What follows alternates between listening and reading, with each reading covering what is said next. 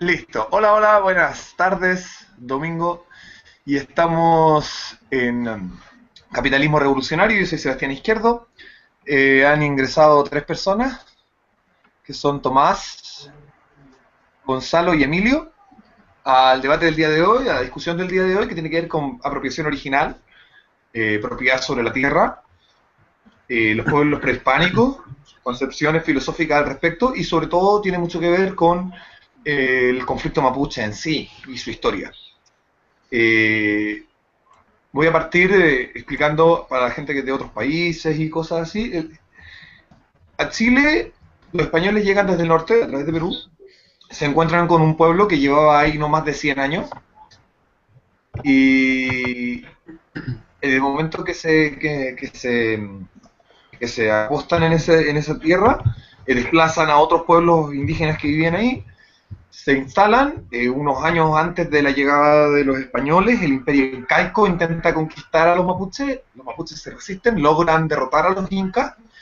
Cuando los españoles conquistan el imperio incaico, los incas creen que si los españoles viajan al sur y se enfrentan con los mapuches, van a dejarlos a ellos tranquilos y los mapuches derrotarían a los españoles y por lo tanto ellos se sacarían de encima dos problemas. No sucedió. Los españoles eran un imperio gigantesco, por lo tanto enviaron parte de sus tropas a Chile. Los mapuches les contaron, o sea, los incas les dijeron a los españoles que había un montón de oro, que había mucha riqueza, lo cual era falso. Los españoles llegan acá y se enfrentan a este pueblo que resultó ser, eh, si bien no extremadamente poderoso, muy necio, o podríamos decir testarudo, a la hora de enfrentarse a los españoles. Hay un mito en Chile muy común de que eran un pueblo guerrero, que le ganaban a los españoles. La verdad es que eh, en combates donde los españoles eran 20 y los mapuches eran 1000, normalmente los españoles incluso ganaban, pero claramente fue más difícil la conquista de Araucanía que la conquista de todo el resto del continente americano por parte de los españoles, tanto que se llegó a llamar el Flandes indiano. Otro mito muy recurrente con respecto a la conquista de los españoles de Chile es de que a Chile se trajo España mandó solo delincuentes y gente por el estilo, lo cual es falso, debido a que en un momento dado Chile pasó a convertirse como en una especie de campo de entrenamiento para los soldados españoles del imperio más grande del mundo, porque era más barato que tener academias de guerra en España, mandar a los jóvenes que querían tener rango a Chile, y si sobrevivían, obtenían honores y se volvían a España a pelear las guerras de allá. Bien, en ese contexto, eh, muchos españoles obtienen por parte del rey derechos sobre muchas tierras del territorio que antes de eso peleaban entre sí las distintas tribus del mundo mapuche. Y, lo, y los españoles se toman esas tierras y por designación, no por apropiación, sino por designación, apuntan con el dedo: esto es mío, esto es tuyo. Se designan derechos de propiedad sobre ciertos trozos de tierra. Se llega finalmente a un tratado entre españoles y mapuches, que se llamaron los Consejos de Indias, etcétera, donde del Biobío hacia el sur, más o menos hasta Chiloé, era de los mapuches, y hacia el norte era de los españoles, con lo cual los españoles se quedaban con una parte importante del territorio mapuche que iba entre el Maule y el Biobío, pero se acababan las guerras y iban a tener amistad y fraternidad, y los mapuches con eso también se hacían súbditos del rey de España. Todo bien hasta ahí, pero llega la independencia de Chile. Con la independencia de Chile, el pueblo mapuche se alía con el Imperio Español en dos ocasiones, dos guerras, con las cuales se enfrentan a los chilenos. Y luego vienen un par de alzamientos importantes por parte de los mapuches en el siglo XIX, y son finalmente aplastados. No estoy seguro exactamente del año, pero es por ahí, por finales de la década del 70, principios de la década del 80 del siglo XIX.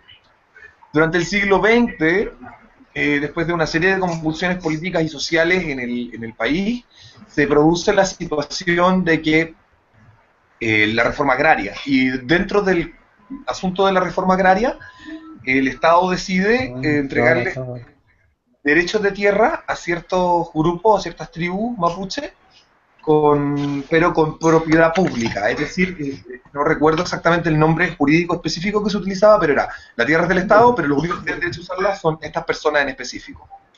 Bien, y luego, bueno, viene el... ¿Cómo? Eso, los títulos de merced. Sí. Y con el advenimiento de la dictadura, el problema que se sucede es que se privatiza mucho de lo que era propiedad pública y entre eso las tierras que habían sido entregadas como títulos de merced, y eso genera un lío jurídico más o menos con el cual tenemos un conflicto hasta el día de hoy entre los mapuches que reclaman los títulos de merced y el Estado chileno y los nuevos propietarios que compraron esas tierras luego de las privatizaciones. Habiendo introducido lo que es mi conocimiento al respecto, que no es muy vasto, quiero saber qué opinan los demás contertulios para seguir ahondando en todo el amplio tema que contiene la conversación del día de hoy. Bueno, yo opino que como estamos hablando del derecho de propiedad, se creó un enfrentamiento entre ese derecho que tú hablabas, el derecho ancestral de los pueblos indígenas contra el derecho de propiedad que se oficializó con distintos títulos de merced o a títulos de cada persona mapuche que habitaba el territorio. Claro. Así que, por ejemplo, ocurren conflictos en que, por ejemplo, dos familias mapuches reclaman un territorio y una reclama un derecho ancestral y otra tiene un título legal de merced del Estado. Entonces, ¿es más válido el título del Estado o es más válido el título, qué sé yo, ancestral o espiritual que puedan tener los indígenas frente a esas tierras? Y también está el conflicto con los no indígenas, con los colonos que llegan más tarde, a fines del siglo XIX y a principios del siglo XX.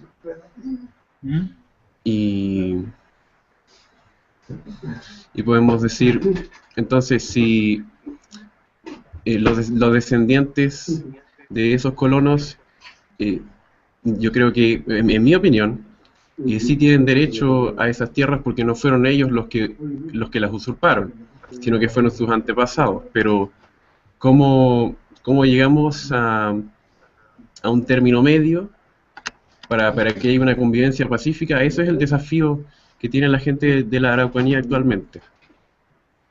Claro. ¿Alguien tiene alguna otra opinión? Alguien más quería hablar, espérate. Yo también quiero expresar mi visión sobre los derechos de propiedad de la tierra, porque son algo bien complejo, pero creo que Tomás tenía algo que decir. No, de hecho yo fui invitado por Emilio para conocer esta aplicación llamada Google Hangout. Bueno, y estoy más o menos de acuerdo con lo que dijo Emilio aquí presente. Ya. Estamos transmitiendo en vivo para YouTube, estamos transmitiendo en directo para YouTube. Tenemos en este momento 0 espectadores, muy bien. Pero ya llegará gente a vernos. Normalmente tenéis pocos espectadores, mi primer video tuvo 10 espectadores y después tuvimos 200 y tantas personas que la vieron después y ahora ya por las 300. Bien. Y la idea, bueno, es ir creciendo con eso. A propósito, ¿sabes cómo activar la cámara? Que acá tengo el botoncito que me dice activar la cámara y no pasa nada. No sé si tendré que irme a otra parte. Yo también estoy... La cámara a mí se me activa automáticamente. Sí, creo que es activación automática. Oye, siguiendo con el tema, yo creo que, o sea, me voy a saltar un montón de partes, ¿cachai? Yo creo que la solución está como mal planteada, porque en el fondo lo que está haciendo el Estado es comprarle terrenos, o sea, comprarle a los, en este caso, a los propietarios de los fondos y a las forestales, pero se las entregan a los mapuches, a los comuneros, en forma de comunidad. Entonces, después se nos va a generar un problema. ¿Cómo se resuelve el problema entre los descendientes de dichas comunidades? En el fondo, vamos a crear un círculo vicioso. Un problema de sucesión, por lo menos. Claro, porque cada comunero va a tener hijos y a su vez va a tener nietos y así sucesivamente. Entonces, ¿Qué pasa con eso? ¿Qué pasa con eso? ¿Qué pasa con esos hijos o nietos que no quieren vivir el estilo de vida mapuche y quieren su parte de esa propiedad? Claro, porque en el Básicamente. fondo existe una especie de propiedad, no es una propiedad privada, una especie de cooperativa entre los comuneros que comparten un territorio determinado. En el fondo así una especie de analgésico, ¿no? En algún momento entiendo tu tema, en algún momento se va a producir un conflicto entre el mapuche que quiere ser mapuche y el mapuche que ya no quiere ser mapuche, pero que sin embargo no ha perdido derecho sobre parte de dicha propiedad. Y existen muchos conflictos entre los propios comuneros y entre comunidades distintas también. Claro, Entonces, no se está atacando el fondo del asunto. Lo que se está haciendo es tratar de calmar las aguas, concediéndole favores a aquellos comuneros que sustentan su lucha en la violencia. O sea, que logran cosas a través de la violencia. Y haciendo eso tú las estás justificando. claro. Emilio, Entonces, tienes mucho ruido detrás. Sí, Emilio, hay un ruido detrás tuyo que está constantemente interponiéndose en la conversación. ya, disculpa. Ya, mira, yo voy a explicar cómo yo considero que existe propiedad sobre la tierra y cuál es la apropiación original de la que hablaban, ¿no es cierto?, los filósofos del siglo XVIII al respecto. Yo creo que, a ver, Disculpa, ¿Mm? no es que antes de que empezaras con el tema, quería preguntarte, ¿tienes problemas con el sonido que te pasa como que se corta, como que Por se lo menos de para? parte de usted, Sí, es que a mí se me corta el sonido, por eso pregunto si alguien más tiene ese problema. Puede ser yo, la yo no conexión de tengo. internet. sí puede ser tu ancho de banda. Saludemos a Cristian, que llegó recién. Hola, Cristian. Cristian, estamos hablando sobre el conflicto mapuche, sobre derechos de propiedad sobre la tierra, apropiación original y todos esos temas relacionados. A ver, bien. El derecho de propiedad sobre la tierra dice relación con que alguien llega a un trozo de tierra y hace algo al respecto de ese trozo de tierra y por lo tanto es suyo. Apuntar con el dedo un pedazo de tierra y decir es mío no lo hace tuyo. No es como que voy por ahí y esto no es de nadie, entonces por lo tanto ahora yo digo que es mío. No, hay que construir una cerca o hacerte una casa o dedicarte a sembrarlo o poner una fábrica o cortar los árboles, etcétera. ¿Vale? Hay que hacer algo ahí. Tiene que existir trabajo, no hay propiedad sin trabajo, no hay propiedad sin trabajo y sin trabajo objetivo. ¿A qué me refiero? Con hacer algo visible respecto de eso, incluso de conservarlo, es decir, va a ser mío porque ahora yo voy a preocuparme de protegerlo para que no se destruya. Incluso eso también es apropiación. Eh, Hay que entender en los pueblos originarios, previo a la conquista, y incluso después de la conquista, también el pueblo español, tiene un concepto de propiedad sobre la tierra que tiene que ver con la conquista, tiene que ver con quién tiene más fuerza, se queda con el pedazo de tierra. Los mismos pueblos, antes de la llegada de los españoles, tenían sus conflictos, y el que era más fuerte y le quitaba su tierra a otro, era el que se hacía dueño de esa tierra. Por lo tanto, el sistema de propiedad que tenían tanto el Imperio Español como los pueblos originarios era un sistema de propiedad a través del robo, ¿vale? A través de la violencia. Yo te quito, ahora es mío. Eran puras situaciones fácticas.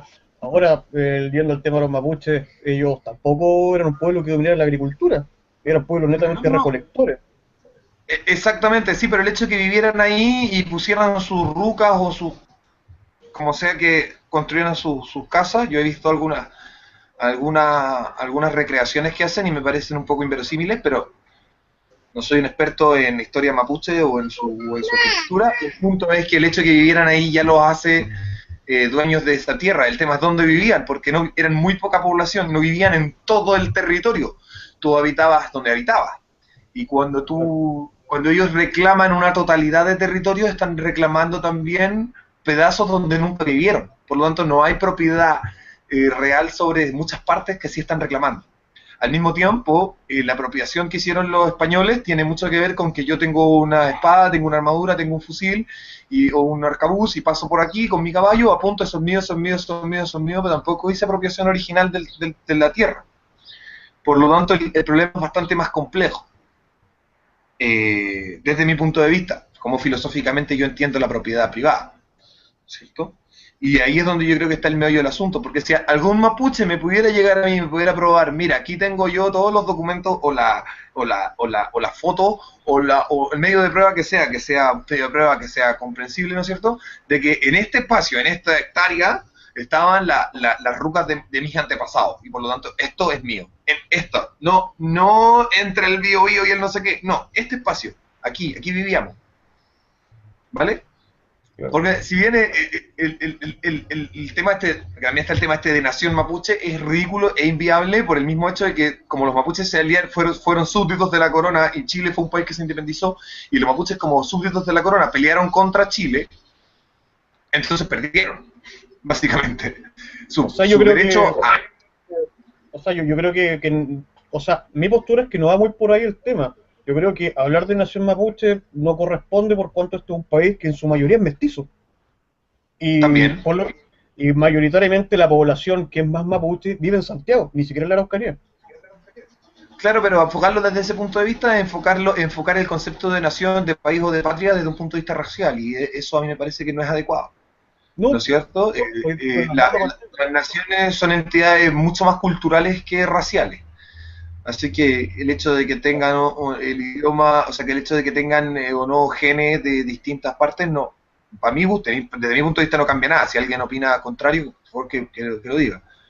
no Pero sé, yo estoy de creo que acuerdo el hecho de contigo, que... pero es que lo que pasa es que igual, cuando hablamos de nación tenemos, o sea, cosas en común, una cultura en común, el idioma, la religión, también hay un tema racial.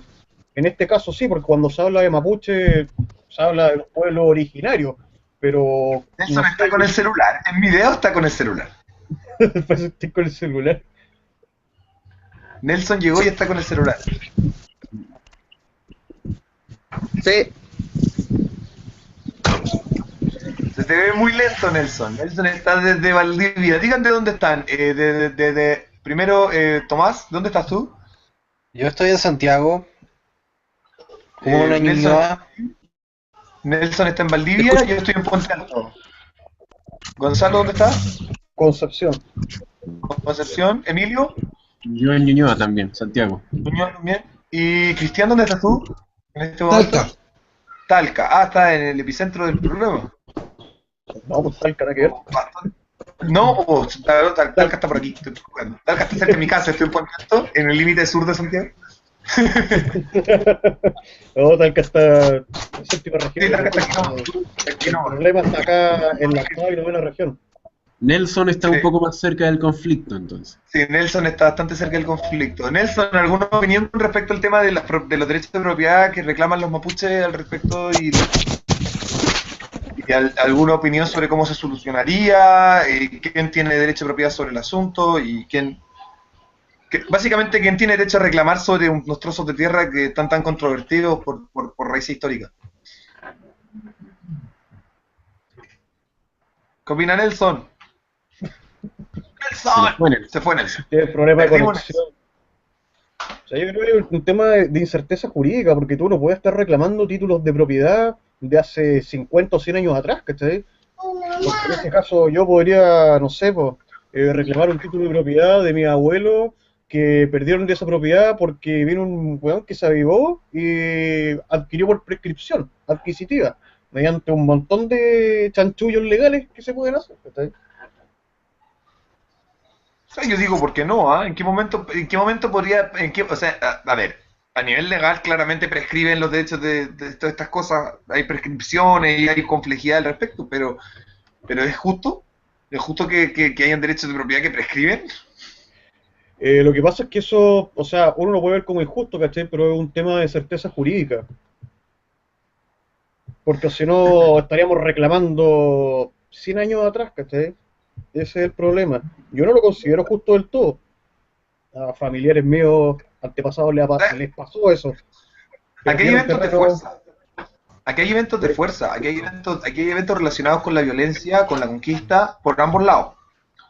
Sí. Y y cuando tú te encuentras frente a eventos de fuerza, tú no puedes llegar y decir, bueno, es que esto prescribió y la certeza jurídica y la cacha de la espada. Tú tenés que ver que de pronto, qué certeza jurídica podéis tener frente a una pistola. Y ahí es donde yo digo, si viene un mapuche a mí y me dice, mira, yo tengo las pruebas de que en esta hectárea vivían mis ancestros aquí, donde está, aquí, de aquí a acá, y aquí estaban las rucas, y aquí estaba la fogata, y aquí hacían su machitún o lo que sea, y me lo muestra y me lo demuestra, yo estoy totalmente partidario de que esa tierra se le sea devuelta y que el Estado haga algo al respecto. Entonces, independiente de la certeza jurídica y la que son tonteras, o sea, aquí hay una persona que se le quitó su tierra y se le quitó por violencia, aquí hay una historia de violencia al respecto, y eso no lo O podemos dejar de sea, lado. es que bajo ese punto de vista, imagínate cómo estarían en Europa, ¿cachai? Creo que estoy hablando de soberanías nacionales, no derechos de propiedad. No es lo mismo. Entonces hay que separar el tema de la soberanía nacional es otra cosa.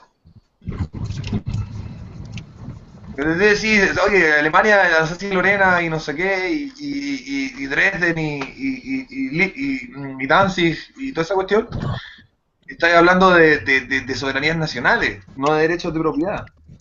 Sí, viéndolo desde ese punto sí, pero desde la postura de algunos grupos mapuche y afines, hablan de derechos históricos, y derechos históricos lo enfocan desde un tema soberano más que de propiedad privada. Exacto, por eso son dos temas aparte. Una parte es el del reclamo de propiedad y otra parte el derecho de que reclamo de soberanía. El reclamo de soberanía no existe, es estúpido porque los mapuches se aliaron con el rey de España, lucharon contra Chile y perdieron, punto. O sea, esa es mi opinión al respecto. No sé si alguien... Cuando tú perdiste una guerra, perdiste nomás, po. Como Bolivia o Alemania o no sé. ¿Ah? Italia, España perdió un montón de tierra, perdió toda América y perdió Filipinas y perdió... España era Alemania, tenía Holanda, tenía Bélgica, ¿te imaginas? España diciendo, oye, ¿dónde está mi pedazo de Bélgica? Que era mío. Claro. La soberanía en la guerra se pierde y se pierde nomás, po. Inglaterra no puede reclamar a Estados Unidos, no puede. Perdiste la guerra y los mapuches perdieron la guerra. La perdieron. Ahora, que tú perdas una guerra como Estado soberano y por lo tanto te veas perdido tu soberanía, no quita que las personas individuales que habitan esa tierra pierdan, no significa que las personas individuales que habitan esa tierra tengan que perder necesariamente los derechos de propiedad. Esa es la diferencia. Sí, sí, te capto. Estamos de acuerdo. Sí. Pero son los mismos estadounidenses los que les quitaron las tierras a los indios Cherokee Claramente, y que no se las tienen que claramente. devolver. Y tienen un conflicto ahí tremendo, pero ¿cuáles son las tierras de los indios Cherokee? Volvemos al mismo problema. En ese tremendo espacio de tierra, ¿dónde realmente habitaban los Cherokee? ¿Ocupaban todo eso? ¿Cuántos millones de habitantes tenían los Cherokee para ocupar todo ese tremendo espacio? Evidentemente no. Evidentemente habían pedazos que eran de los Cherokee y pedazos que no eran de los Cherokee, que no eran de nadie porque no habían sido apropiados. La diferencia es que en esa época no se hacían como contratos escritos para poder definir cuál es mi pedazo de tierra. No, la gente simplemente iba, apropiaba la tierra y la trabajaba y Eso es con eso legítimo. bastaba para decir que la hacía. Esto es legítimo. Si yo voy a un lugar que no es de nadie, corto los árboles, construyo una casa, pongo una cerca, planto unas lechugas y traigo unas vacas y tengo hijos ahí, no sé qué, y la cuestión, eso es mío. Eso es legítimo. ¿Vale? Sí. Aunque no haya papeles de por medio, eso es legítimo. Ese pedazo de tierra Es es que, mío, no era de nadie y ahora yo lo hice mío. es que en esa época era El- así, Claro que pero ahora todo se eh, tiene que legalizar con papelitos. A eso me refiero. Claro, Eso porque ya, cuando eso tú ya. quieres que intervenga el Estado, entonces tienes que tener un papelito. Es que lo que pasa es que eso es lo que te da certeza jurídica para poder reclamar tu derecho. Porque yo puedo perfectamente llegar a un campo que yo lo veo un peladero, poner mi bandera así, metafóricamente hablando, Yo, no yo sé, creo que. construyo mi casa, hago todo, pero resulta que esa tierra ya está inscrita a nombre de otra persona, ¿cachai? Entonces, por Sí, eso sí, es sí, sí, sí, importante pero. la No, no, certeza no, jurídica. pero esa certeza jurídica de la que estás hablando tú es una certeza jurídica arbitraria del Estado. O sea, vamos, yo me pongo en un lugar con mi bandera y digo esto es mío, pero resulta que alguien puede probar que antes era suyo porque hizo esto y lo otro y lo demás allá con eso. Y el medio de prueba no tiene que ser un papelito, porque un papelito significa arbitrariedad pública, significa el Estado como arbitrariamente definiendo a través de sus papelitos quién es dueño de qué. El derecho de Bueno, propiedad pero va más allá del Estado, es anterior al Estado y es natural del ser humano, y por lo tanto tiene mucho más que ver con lo que realmente, con las situaciones factuales, que con la... Que sí, con pero la a través de esos mismos papelitos tú puedes demostrar que el tatarabuelo, quien tenía derecho sobre ese terreno donde construyó su ruca, donde plantó sus lechugas, donde sacaba sus piñones, la araucaria de la esquina, las vendió. Entonces ya no eso tiene es otra derecho sobre eso. cosa, eso es otra cosa, eso es otra cosa, pero esa es otra carga de prueba, por ejemplo. Vale, Y de hecho, si yo tú digo vas que a nacimiento, al conservador de bienes raíces de nacimiento, hay un montón de escrituras públicas de compra-venta que comuneros mapuches o comuneros no, mapuches le hicieron a otras personas, claro, ahora vendiendo sus terrenos. vamos al ejemplo práctico, ¿ya? Esta es la isla de no sé qué, se descubre recién, no es de nadie, tú llegaste, instalaste ahí tu casa, no sé qué, la cuestión, por X razón, ¿no es cierto? Tus hijos se fueron de ahí y la dejaron ahí, y es su tierra, pero la dejaron ahí y no la pescaron, ¿vale? Yo se las compro, hay un contrato de compraventa, esta isla ahora es mía, me voy para esa isla a vivir, y un día esos hijos tuyos dicen, oye, él está viviendo en nuestra isla y es nuestra, y aquí tenemos los medios de prueba de que fue mi abuelo el primero, mi papá el primero que llegó y se instaló ahí, y ahora él está instalado ahí y dice que es suya. Entonces la carga de prueba ahora recae sobre mí, demostrar el contrato de compraventa y decir, a ver, ellos firmaron y me la vendieron. ¿Quién tiene la carga de prueba de demostrar la compraventa? El que compró, no el que El que vende. alega un derecho. ¿Cómo? El que alega un derecho es quien tiene el peso de la prueba, po. Si yo Exacto. alego a ser dueño de tal o cual cosa, tengo que Yo mostrarme tengo que demostrar mostrar mi que la derecho, compré. po. Yo tengo que mostrar que la compré. Claro.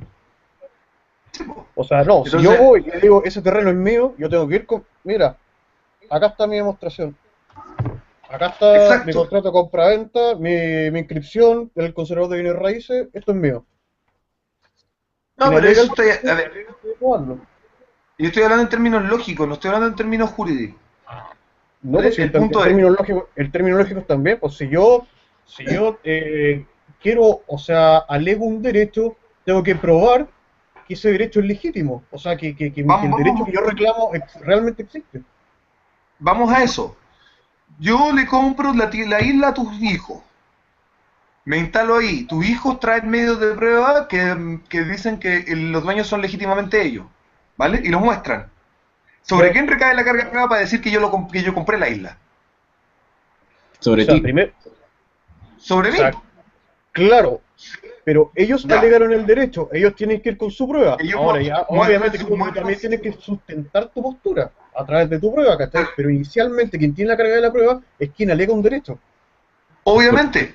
Tú Pero en el compraste momento que una prueba en el de que momento que en el momento que ellos prueban su postura, la carga de prueba pasa a mí.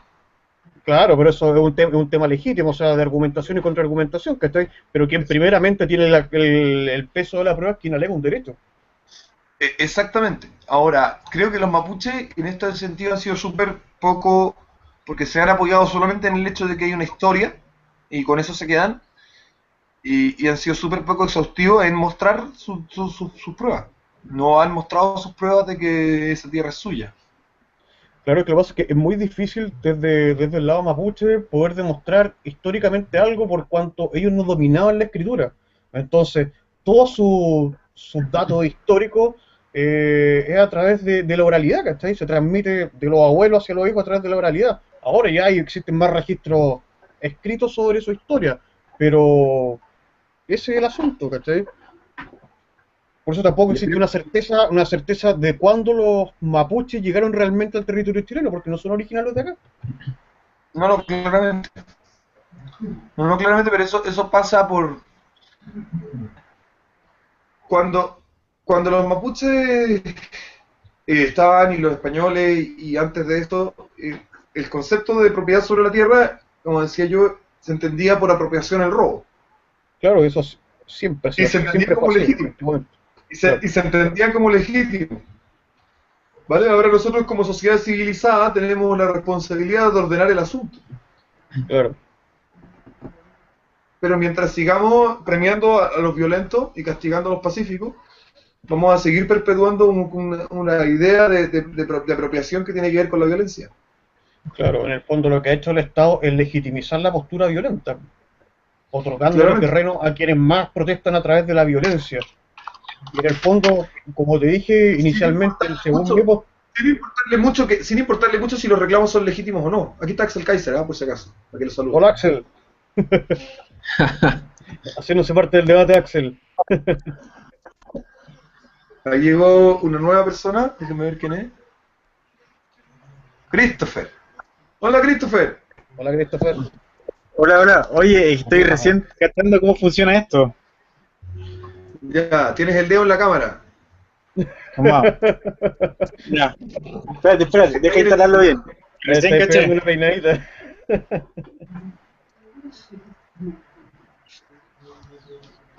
No, pero a lo que me refería al principio, ¿cachai? Que yo creo que la solución es mala solución porque finalmente lo único que va a causar conflictos futuros, ¿no? Entre los mismos comuneros.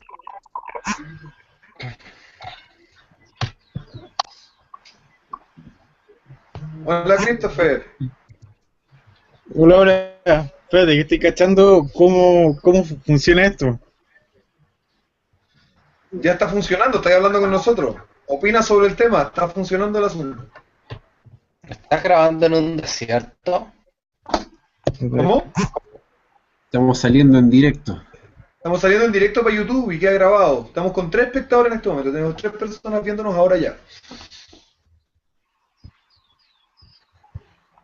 Esperando a Christopher para preguntarle su opinión, que no ha opinado al respecto porque viene recién llegando. ¿Cómo chiste funciona Hangout? Que se lo esté funcionando. Funcionando, te estamos escuchando y tú nos estás escuchando a nosotros. ¿Cómo no va a estar funcionando? Yo lo veo funcionando. Sí. Tú nos escuchas, nosotros te escuchamos, funciona. Y adelante. Excepto yo que tengo algunos problemas de audio, pero tiene que ver con mi banda ancha. A mí me gustaría que la gente, que los espectadores, que ahora son 2, bajaron, alguno me diga por Facebook o algo si nos estamos escuchando de forma adecuada, si se ve de forma adecuada y todo eso. Yo tampoco tengo un gran computador y un gran ancho de banda. Así que eso.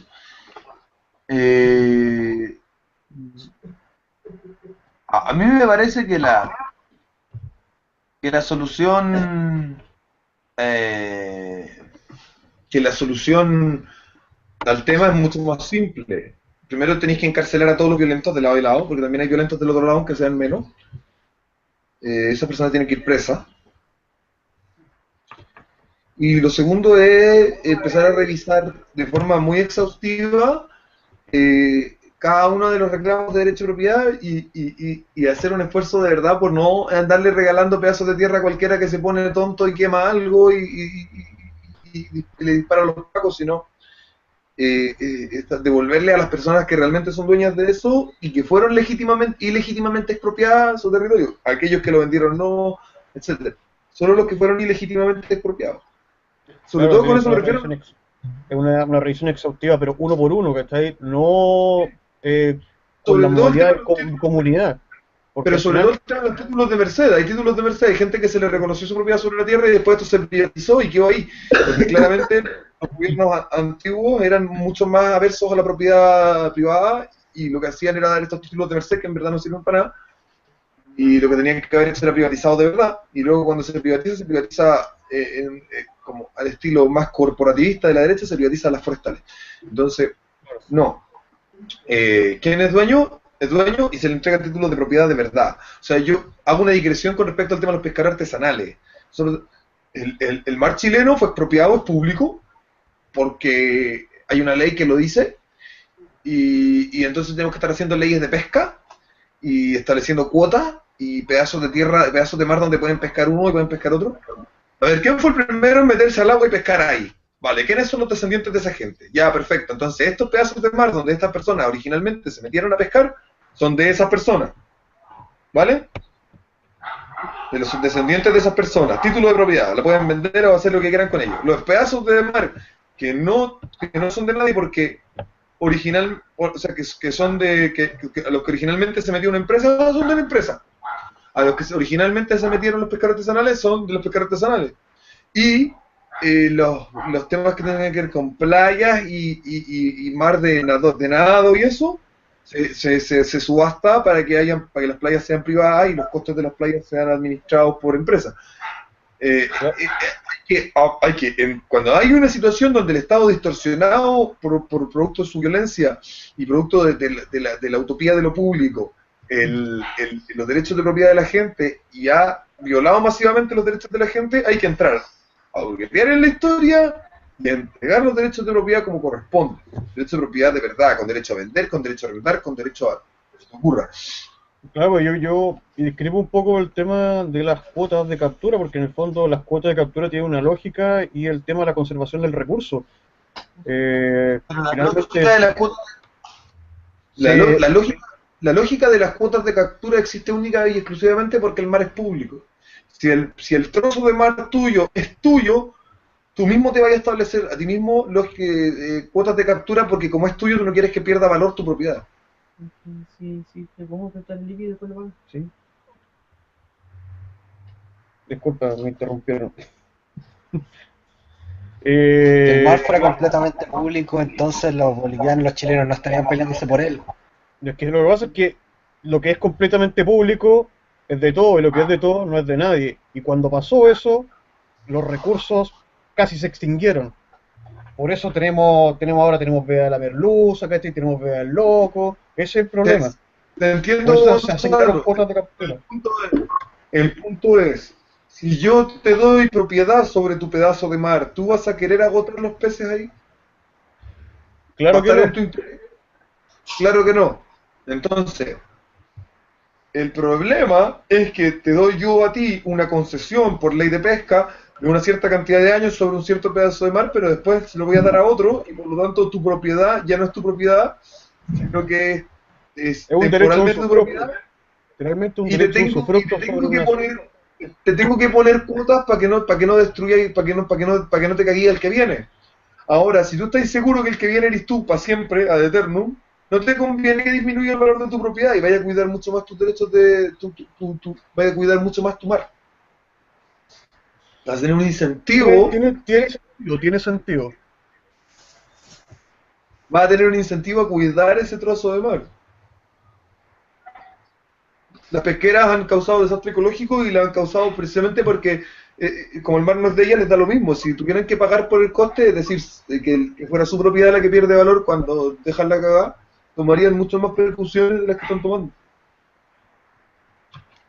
Es interesante tu propuesta, pero me gustaría saber cómo delimitamos la propiedad privada del mar y Se cómo parcela. evitamos que uno invada la propiedad de otro, se parcela.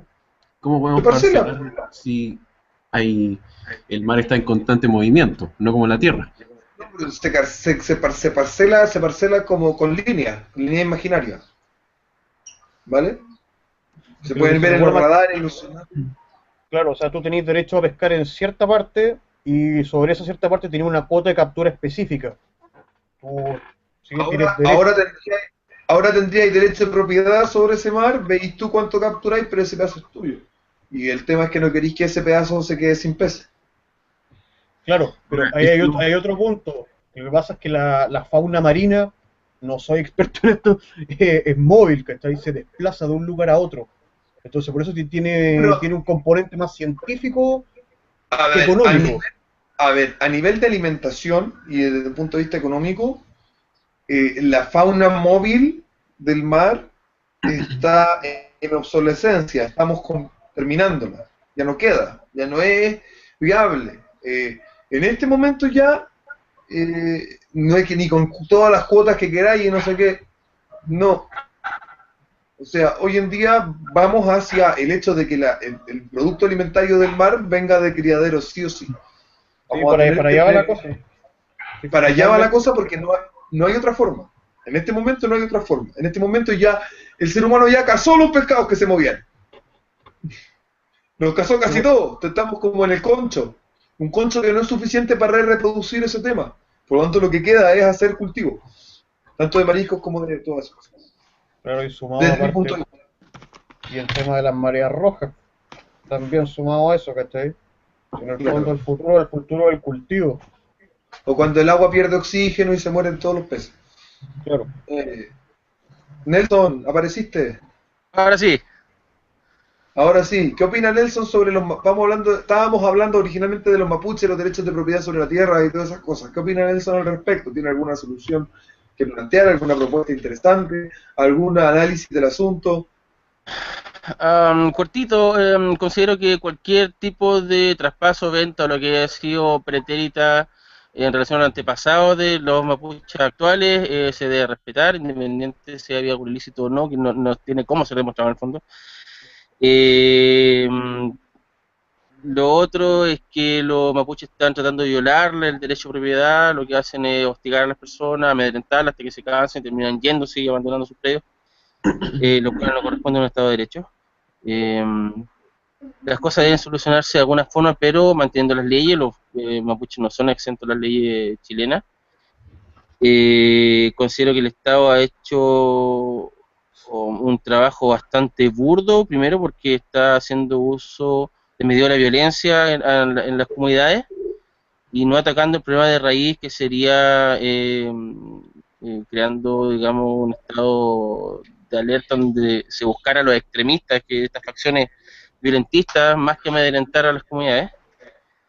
Y en el fondo Claro, sigo un país, aparte que la izquierda... los carabineros están muertos de miedo, eso pasa también acá en Chile, en Santiago, con las protestas y las mafias de delincuentes.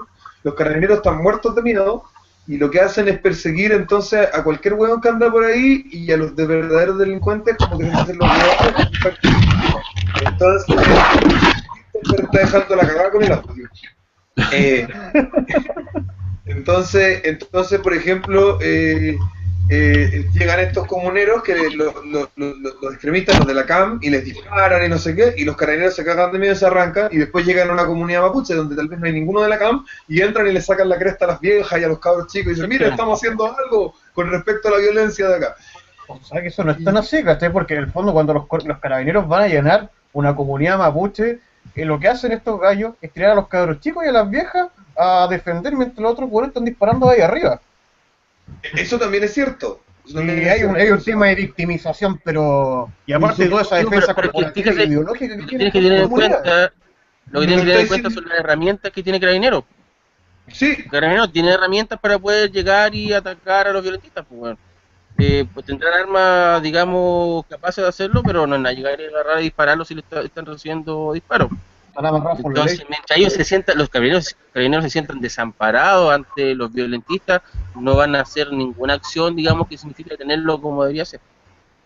Claro, y las acciones que están tomando los grupos violentos de la CAM son acciones de guerra. Yo no estoy de acuerdo con que Carabineros esté metido ahí. Esas son acciones de guerra.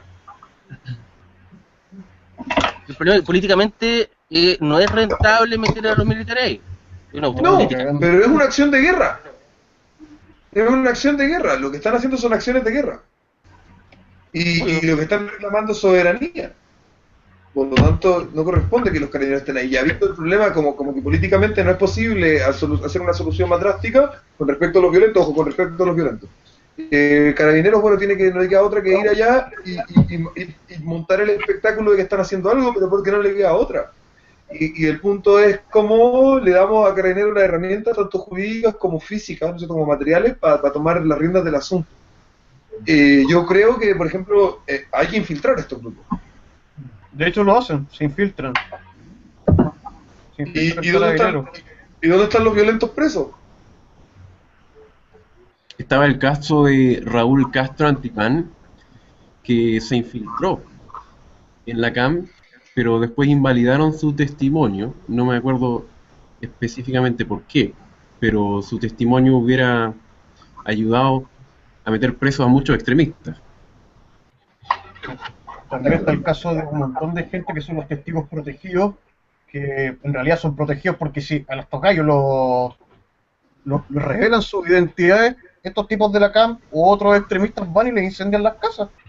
Y tiene una lógica. O sea, ya por el tema del debido proceso, chucha, si tenía un testigo que tú no sabes quién es, igual se puede ver desde afuera como una vulneración a tus derechos, porque no hay certeza, no hay una seguridad jurídica desde ese punto de vista. Pero estamos por el otro lado de que si ese gallo revelan su identidad, lo cagan, pues. Y pasa, y ha pasado. Es que ahí donde yo me refiero que también estamos en un problema que se puede interpretar como acciones de guerra, como cuando mataron al fiscal que estaba metido en el tema y todo eso. ¿No es cierto? Claro. O sea, Lo no lo mataron, mataron, lo sino que atacaron. le hicieron una emboscada. Claro. Ahí ¿La está solución el sería? eléctrico. Es decir, si yo voy con una veintena de tipos bajando por un cerro con pistolas a agredir a los policías, yo no estoy haciendo delincuencia. No, eso es un Estoy acto haciendo de un guerra. acto de guerra. ¿No es cierto? Hay que tomar las consecuencias o sea, hay que tomarlo con las consecuencias que trae. Sí, pero lo que pasa es que el problema son las defensas corporativas que se hacen desde Santiago. Si la mayoría de la gente que son pro mapuches, causa mapuches, son buenos de Santiago. Ni siquiera gente de acá. Ándate a Temuco, ándate puta weón, ¿cómo que se llama esta weá? Bueno, a ver. Puta, ya se me fue el. A la zona de conflicto. Ándate a la zona de conflicto y pregúntale a la gente. Primero no te van a decir nada, porque si te dicen algo, los pueden cachar. Y está cagada de miedo. Si la defensa viene de estos compadres que vienen de Europa, de España, y los santiaguinos, principalmente. Gente que no Claro. tiene idea de lo que pasa en el sur de este país. Claro, bueno, los españoles se les ha vendido el cuento por mucho tiempo de que esto es similar a lo de País Vasco. Entonces vienen e incluso participan de la CAMI, incluso participan de la violencia que hay ahí, porque Claro. les han vendido el cuento romántico de que esto es como perdón, que esto es como euskera, y no es así. No más que eso lo asimilan al conflicto palestino-israel. ¿sabes? También, también Y no tiene nada que ver porque estamos hablando de un país que se es asemeja, mayoritariamente mestizo. se asemeja No. profundamente al conflicto israelí-palestino. No, yo creo que no se asemeja, no tiene ninguna semejanza porque en este país es mayoritariamente mestizo.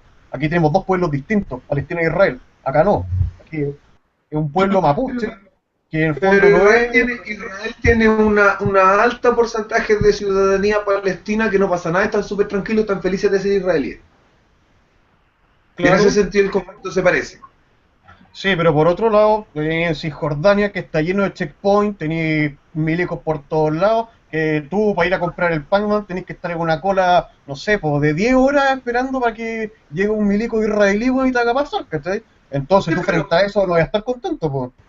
Sí, pero fíjate que ahí lo que estás haciendo no es un problema no una diferencia de principio, es una diferencia de grado. Ya, si los mapuches nos tiraran misiles teledirigidos, claramente no estaríamos mandando carabineros con Luma, estaríamos, obviamente, Obvio que no, tendríamos pues. checkpoints llenos de policías con ametralladora, porque claro, en Palestina está el componente religioso y los musulmanes son unos locos y se puede hacer volar en un bus y tiran misiles por arriba de la frontera, etcétera. Si Yo los creo que mapuches no estuvieran es portando, tanto, si los mapuches se estuvieran portando como se portan los palestinos, tendríamos los mismos checkpoints y un montón de militares por ahí. sí, pero no, yo creo que no se asemeja mucho porque no es tanto un componente religioso, es un componente de hostigamiento, porque Israel cuando llegó ahí sacó a los palestinos de su tierra. No, eso es un mito. No es Eso un mito. Yo creo que Estaba lleno de judíos antes de que llegaran antes de que se formara ninguno de los dos estados, ni el Estado de Israel, ni nada del estilo, estaba lleno de judíos eso. Antes los judíos, la población judía era muy inferior a la palestina y vivían muy pacíficamente. Y en tiempos de, No y en existía tiempos de conflicto que Inglaterra era potencia colonial en la zona, se llenó de judíos que venían de Alemania. Claro, Pero- lo llevaron para allá porque ellos no sabían qué hacer Se con los no querían judíos en que sus fueran países, para allá. porque había un antisemitismo. Pero ¿y cómo resolvieron El el argumento problema? que ocupan, el argumento que No, ocupan no, es que no, era no. tierra de nadie, Gonzalo, No espera era un poco, tierra de Gonzalo, nadie. no, los ingleses hicieron todo para que los judíos no llegaran allá. Y los Pero judíos eso se fue, fueron igual para allá. eso fue al principio. Una vez que los grupos terroristas judíos y los grupos terroristas palestinos al mismo tiempo y casi de acuerdo, casi en amistad, casi en alianza, expulsan a los ingleses, se produce el problema. Pero fueron primero los grupos terroristas de tanto palestinos como judíos que trabajaban casi juntos, eran amigos, matando ingleses. Y los ingleses dijeron, nos vamos a...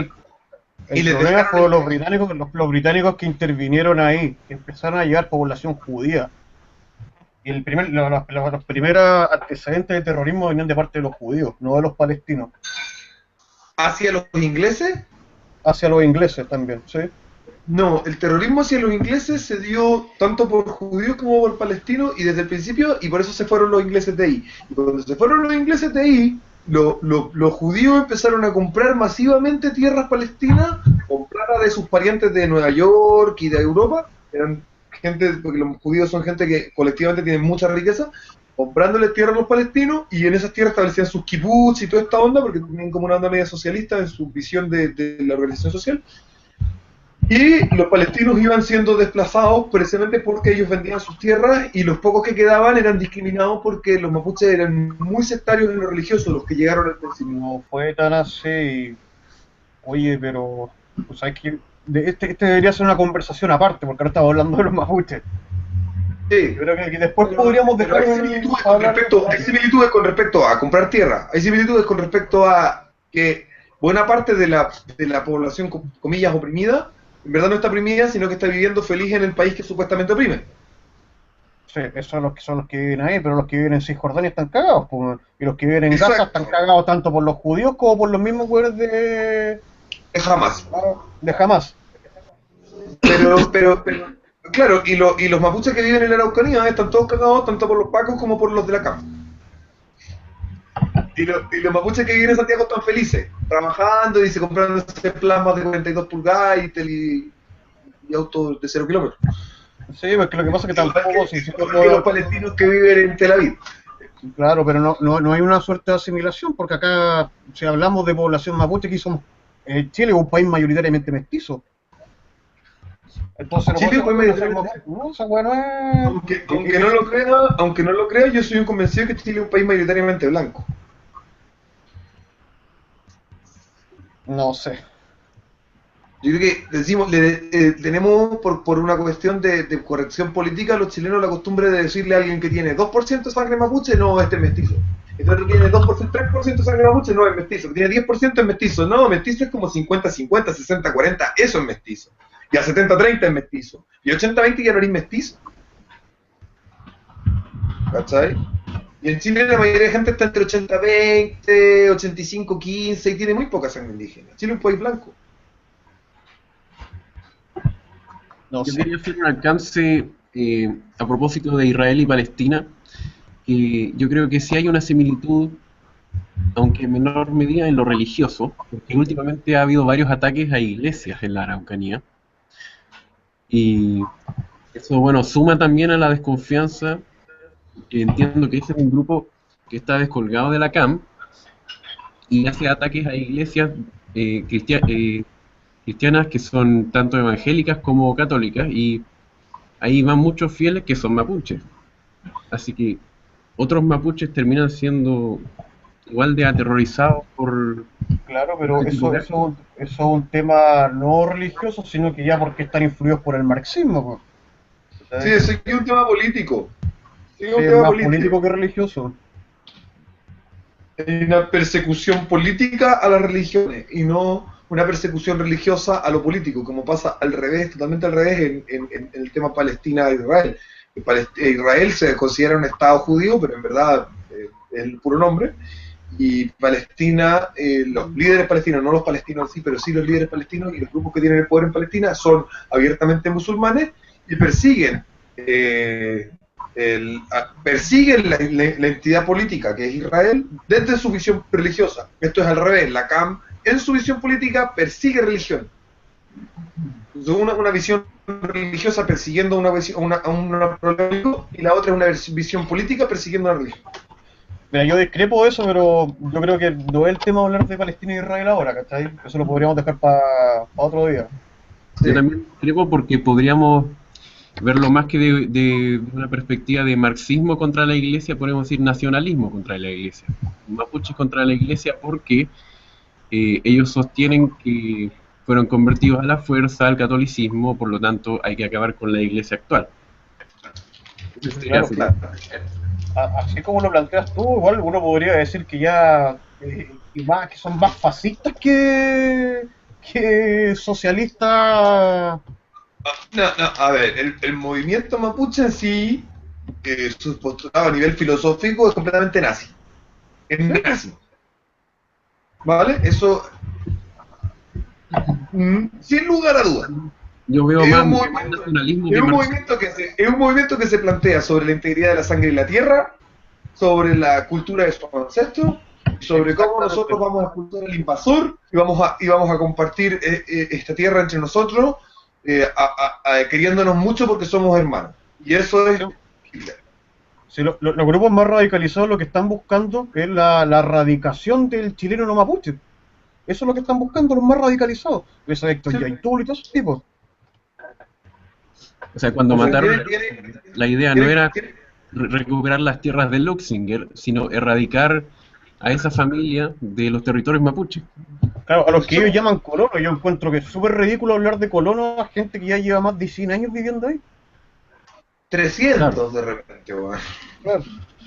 No, los ancestros españoles que tengo yo, por el lado de mi mamá, llegaron con Pedro de Valdivia y algunos como 10 años después, o sea, estamos hablando de, weón, 1500. ¿Cachai? Mediados del siglo XVI, no me weí. O sea, ¿cómo voy a ser menos chileno que tú si me voy tantos años acá, joder? Claro. Sí, es completamente nazi el movimiento mapuche extremista. En ese sentido sí, los más extremistas lo son y los menos extremistas también, pero estoy hablando a nivel filosófico, ojo, no a nivel político. A nivel filosófico lo son, porque sus argumentos lo son, sus argumentos son argumentos de sangre y de tierra, sus argumentos son argumentos de propiedad colectiva, Pero también eso es... claro. Ahora volviendo a la Yo quiero que alguien más hable de propiedad original, de apropiación original, de propiedad sobre la tierra y esas cosas fuera del tema de mapuche, sino que cómo yo me hago dueño de una tierra, qué es lo que me hace dueño de una tierra y por qué eso es legítimo y a nivel moral y a nivel de justicia, me interesa mucho. Bueno, el tema jurídico, lo que te hace dueño de algo es el cuerpo y el ánimo, ¿cachai? El cuerpo es la tenencia material, el uso que le da a la cosa, y el ánimo es la intención de tenerlo para ti, ¿cachai? la intención de trabajarlo también. Claro, por eso, hacer usufructo del terreno. Eso tiene que ser objetivamente observable, pues. Claro, pero ponte tú, yo puedo perfectamente comprarme un terreno en la Patagonia y no ir nunca, y eso va a seguir siendo mío, va a seguir siendo mío. Porque se lo compraste a alguien que lo apropió originalmente, ese es el tema, apropiación original. Pero tienes dos formas de apropiarte, pues, como una transacción a cambio de algo o por conquista. Pero esa no es apropiación original. Cuando yo hago una transacción, no estoy haciendo apropiación original. Si yo te compro tu casa, Nelson, eso no es apropiación original porque tu casa antes era tuya. Pero en algún momento no fue de nadie. Sí, pues, apropiación por conquista se llama. ¿Qué pasó de alguien? Ese es un problema moral y de justicia muy complejo porque desde ahí es donde se funda mucho de la crítica marxista a la propiedad privada. Pero eso ¿Cómo es va lo a que ser dice, justo que apropiación, en un apropiación por planeta conquista, Tierra no donde había vivimos dueño todos y antes. llega un punto y diga esto es mío? ¿Cómo va a ser justo? Eso siempre te preguntan. ¿Cómo va a ser justo que llegue a un lugar y diga esto es mío? Entonces, ¿de dónde se sustenta eso? Yo tengo mi sustentación que tiene que ver con el trabajo, tiene que ver con la transformación de la materia, pero quiero saber de otra... O sea, lo voy a través de la necesidad de usar un espacio para usufructuar de él y sobrevivir, ¿cachai? Claro. Y ejercer una actividad respecto a él. O sea, en el Pero si fondo, lo porque vemos como antiguamente necesidad. cuando tú adquirías un terreno, lo adquirías por ocupación, para efectuar una determinada industria, empresa, algo, habitarlo, trabajarlo, para eso, ¿cachai? Uno no adquiría tierras para tenerla ahí botada. Entonces, originalmente, la adquisición del terreno por ocupación era por la necesidad de sustentarte a través de ello, ¿cachai? De hecho, esa fue la razón por la que Chile perdió la Patagonia, porque nunca lo ocupábamos y porque estábamos en riesgo de que Argentina se metiera en la guerra contra nosotros y estaríamos tres países contra uno. Pero si lo argumentamos el derecho de propiedad sobre la tierra, como la apropiación original como necesidad, entonces, ¿cómo sustentamos el hecho de que hay gente que tiene necesidad sobre tierras y no tiene acceso a ellas? ¿Cómo respondemos a ese reclamo? ¿Pero tierras que son sin dueño? No, de poder adquirir por ocupación un terreno bajo el argumento de que yo la necesito. Yo diría Yo creo que... Los mapuches Yo puedo argumentan. necesitar, No yo hacen puedo una- necesitar muchas cosas, pero no voy a llegar y tomarlas, pues. No, si estamos claros de eso. Yo te estoy diciendo que originalmente, porque en estos momentos ya no se puede hacer eso, yo no puedo llegar, plantar mi bandera y decir esto es mío. ¿Cachai? Pero en aquellos tiempos era ese el motivo. Disculpe, ¿puedo hacer una votación? Sí, Christopher. Ya. Primera vez que me uno al grupo y estaba escuchando atentamente. Mira, es un poquito algo de lo que hablaron, de que mira, el año 2014 la Universidad de Tarapacá y la Universidad de Chile hicieron un estudio genético de la población en Chile y se determinó que alrededor de un 44% de los genes de los chilenos son de origen indígena. No especifica, creo, no me acuerdo si especifica qué tipo a qué etnia, y un 51 o 52% pertenece a europeos. ¿Ya? Entonces... Pero eso a nivel agregado. ¿Cómo? Y alrededor de un Eso a 3, nivel agregado. claro, y un 3% son genes africanos. Pero Christopher, pero eso tú lo podés descomponer de distintas formas. Por ejemplo, mira, puede ser que, por ejemplo, 70% de la población tenga un 80% de genes blancos, ¿vale? Sí, te escucho. Y que el otro, y que de pronto tenéis un 40%, o sea, que tenéis un 30% de la población que tiene casi 100% de genes indígenas. Estoy poniendo un ejemplo. Y eso te puede arrojar un 49-51. Fácilmente. Escucha, mira, Entonces, ¿cómo se no. compone ese estudio? Es que yo no me leí el estudio completo. Mira, yo estudio medicina y soy bioquímico, ¿ya? Y, pucha, no me gusta chamullar de temas que no manejo bien, pero no es un estudio así como, no es un simple estudio de estadística. Igual se evalúan distintos patrones, ¿ya? O sea, Ya. yo no quiero decir si somos más o menos mestizos, la verdad a mí ese tema no me interesa mucho, sino era como para aclarar nomás que lo que hablaron, pues, que al menos hay casi la mitad de la población tiene genes indígenas, por un estudio que se hizo entre la Universidad de Tarapacá y la Universidad de Chile. ¿Ya? O sea, prácticamente toda la población tiene genes indígenas. El problema es que tener un gen indígena no te hace automáticamente mestizo, tú eres mestizo y tenés alta cantidad de genes indígenas. A alguien se le está refiriendo la voz. Oye, y pucha, y lo otro es que la verdad yo no me manejo en el tema abogadístico ni tanto tema político, pero era como para aportar un poquito. Si estoy lateando me dicen, ni me callo. No, si está bien, No. está bien. Es que la mayor población de indígenas, o sea, de etnia mapuche, no vive en la Araucanía, ¿ya? Sino que vive en Santiago, ¿ya? Y la comuna con mayor porcentaje de indígenas en Chile es el Alto Biobío, ¿ya? Donde alrededor del 74% de la población es indígena, los cuales se identifican con la etnia mapuche y pehuenche, ¿ya? Como para que lo sepamos, ¿ya? Y En el el otro Alto punto... Biobío, en el Alto Biobío no hay conflicto mucho. Exacto, no hay conflicto, solamente estoy diciendo que la comuna con mayor porcentaje de mapuche en Chile es el Alto Biobío. Ya, ¿cuál sería mi aporte al tema que ustedes conversan? Como le digo, yo tengo contacto directo con el Alto Biobío porque yo viajo mucho para allá, porque tengo una familia amiga de este Huenche, entonces voy 3-4 veces al año. Y alrededor de 3 años atrás, bueno, y la familia a donde yo asisto es la comunidad Maya Maya, del Alto Biobío. Ellos fue gente de la CAM a conversar con ellos por si se querían unir a la causa. Eso fue hace 3 años atrás más o menos, ¿ya? Y ellos se negaron porque en el fondo la comunidad no tiene ningún tipo de conflicto, con nada en realidad, ¿ya?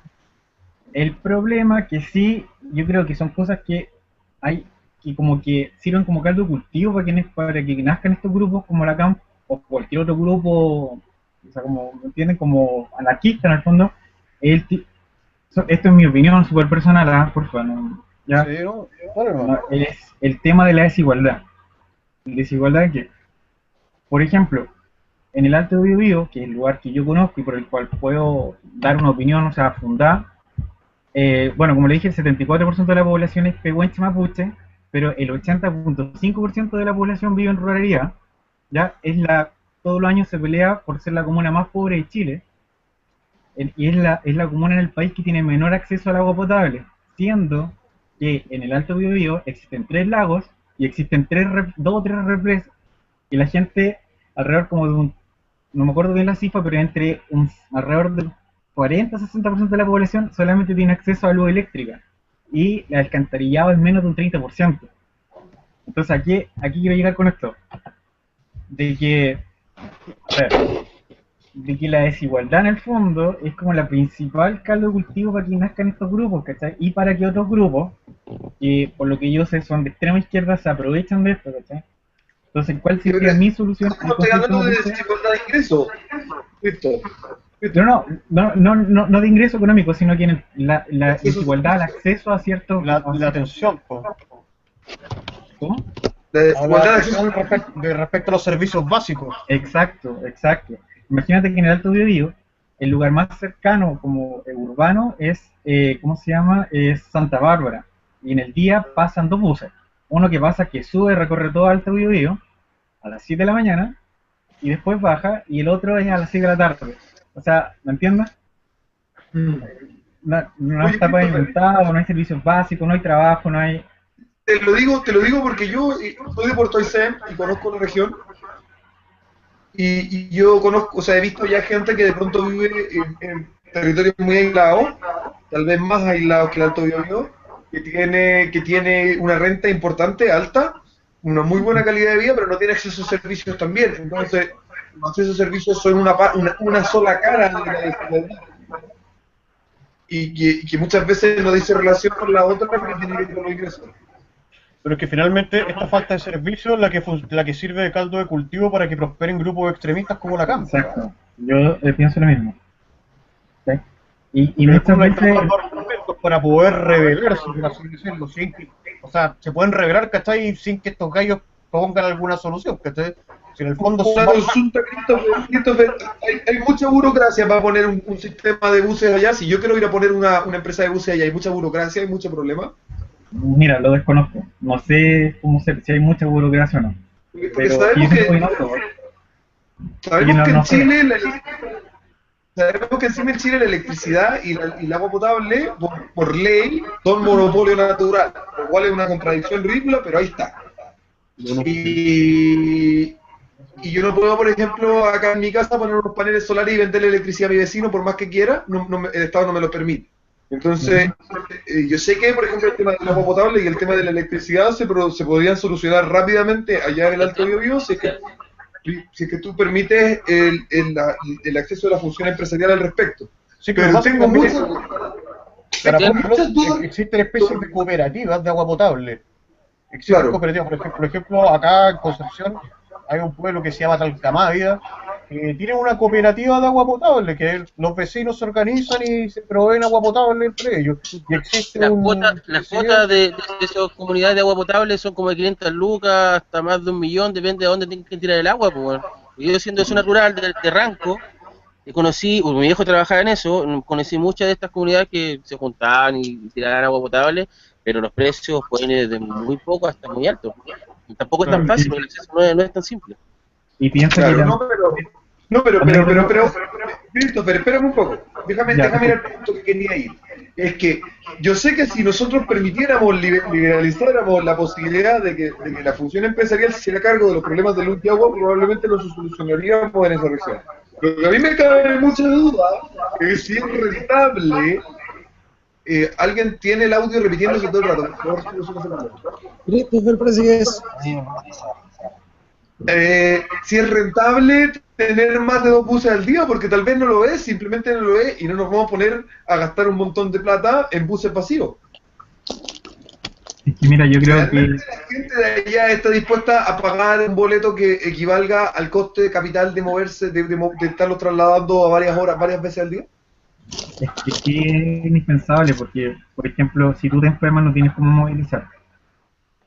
No tienes cómo. Y otra cosa que, ¿por qué te digo que es tan y otra gente cosas que le molesta a la gente allá, que existe, que muchas, a ver, pucha, que no sé cómo abordar bien el tema, pero, a ver, eh, y la gente, ¿por qué? A ver, que, puta, no sé cómo decirlo, pero el punto que quiero llegar es que, por ejemplo, en las elecciones pasadas, en muchos canales de noticiarios de televisión, cuando se habló de que el Alto Biobío había sido la comuna con menor número de votantes en todo el país durante muchos años consecutivos, ¿ya? Claro, y se ve desde la mirada centralista en el fondo, y te dicen, oye, esta gente totalmente desconectada de lo que el país necesita. Pero yo les digo que yo voy allá. ¿Quién va a ir a votar si tiene un bus para 6 que sale a las 6 de la mañana, 6, 7 de la mañana, y después vuelve en la noche?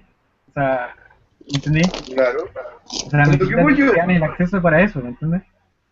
A lo que voy yo, Christopher, yo como capitalista no creo en la esclavitud, soy un enemigo de la esclavitud, y por lo mismo considero que por muy enfermo que esté o por muchas ganas que tengáis de votar, nadie tiene por qué pagarte un traslado. No, la gente no quiere que le lleguen gratis, la gente quiere que le pongan un bus para ellos pagar su pasaje y poder ir a votar. Exacto, ¿estará dispuesto a pagar lo que realmente vale ese pasaje para que se use rentable? Sí, pero mira, yo creo que hay que ser un poco más pragmático respecto a este tema, ¿cachai? Porque en el fondo, si tú quieres evitar que surjan grupos insurgentes, grupos terroristas como la CAM, tienes que empezar a ofrecer servicios a la gente, ¿no? Mira, yo no estoy de la idea de que el Estado tenga que... Yo te voy a ofrecer un servicio para que tú no te volváis terrorista. No lo veo la justicia, es como, bueno, ya, para que Gonzalo no sea terrorista y no salga con una metralleta a quemarme la casa, voy a tener que preocuparme de darle agua potable y luz eléctrica. Bueno, es mucho más rentable que tener que estar comprando 500 hectáreas todos los años de terreno para comunidades violentistas. No. Pero mira, es que, escúchame, tampoco es una respuesta justa. Disculpa, pero Felipe, tu nombre, ¿cierto? ¿Yo? ¿Felipe? Sí. Sebastián, ya, disculpe, mira, es que yo no soy de la idea de que el Estado tenga que regalar cosas, ¿eh? A mí no me gustan los estados paternalistas así tipo comunismo.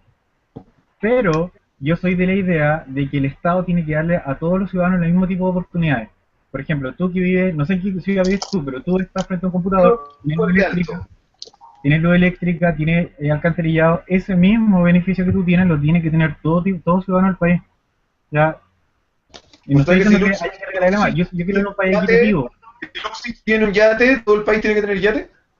No, pues calmado, estamos hablando de servicios básicos, no estamos hablando de... O sea, el yate no es un servicio primario, no es algo indispensable. Sí, indispensable es tenerlo eléctrica, es tener agua para bañarse.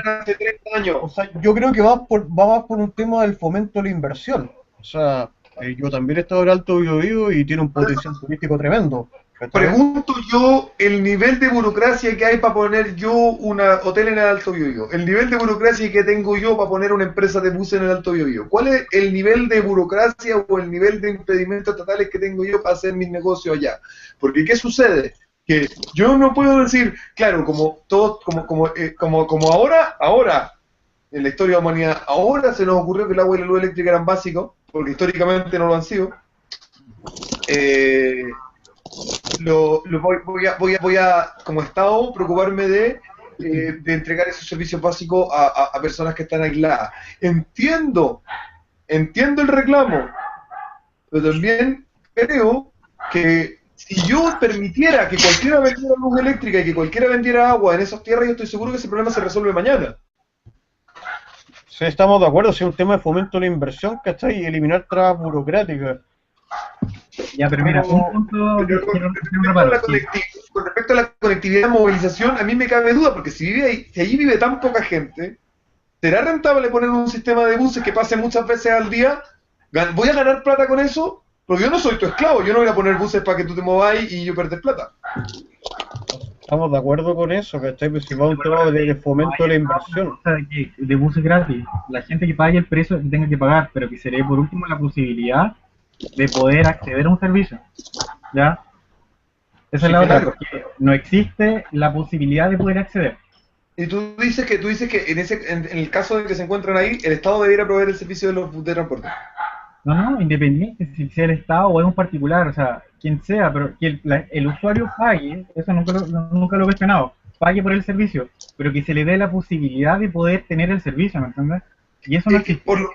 por lo mismo la pregunta, porque ¿por qué ninguno de los habitantes de ahí o ningún empresario de otras partes haya dicho, oye, qué buen negocio sería poner un sistema de bus en el Alto Biobío y cobrarle un pasaje?